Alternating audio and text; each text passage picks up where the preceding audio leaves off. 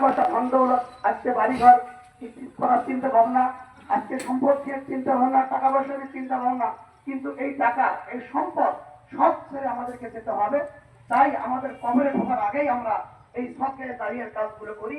এই সৎকারে দাঁড়িয়ে কাজগুলো করলে আমরা কিয়ামত পর্যন্ত এর সব আমরা কবর থেকে পাবো। আল্লাহ পাক আমাদেরকে সকলকে এই সৎকারে দাঁড়িয়ে এবং আমাদেরকে সকলকে ভালো কাজ করার তৌফিক দান করেন। সকল বলে আমিন। ওয়াখির দাওয়ানা আলহামদুলিল্লাহি রাব্বিল আলামিন। আসসালামু আলাইকুম ওয়া রাহমাতুল্লাহি ওয়া বারাকাতুহু।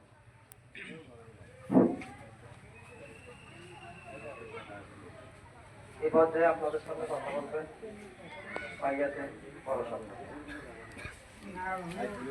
সম্মানিত উপস্থিতি, আসসালামু আলাইকুম ওয়া রাহমাতুল্লাহ। আল্লাহ রাব্বুল আলামিনের দরবারে শুকরিয়া আদায় করি যে আল্লাহ তাবারক ওয়া তাআলা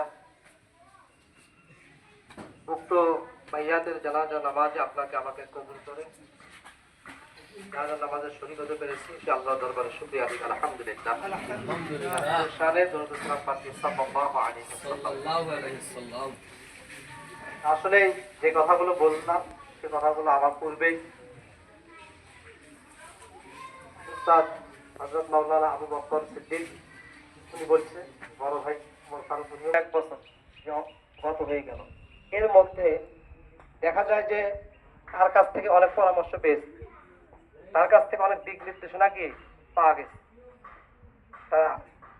আল্লাহ রাব্বুল আলামিন যেহেতু তার থেকে অনেক ভালো দিক নির্দেশনা অনেক পরামর্শ পেয়েছি, সেগুলো হয়তো নিজে আমল বা নিজের কাজ বাস্তবায়ন করার চেষ্টা করতেছি। এই যে একটা ভালো কাজ, সেটা আমি বাস্তবায়ন নিজের ক্ষেত্রে বা আপনি আমি সকলেই জানি যে এনার নাম যেমন মুজিবুর রহমান, তার সাথে মুন্সি নামটা কিন্তু যুক্ত, নাকি বলেন? আমরা যেমন মুজিবুর বললে কোন মুজিবুর, কিন্তু যখনই বলা হয় যে মুজিবুর মুন্সি, তখন কিন্তু আমরা একই সকলেই চিনতে পারি। তার মানে কি এই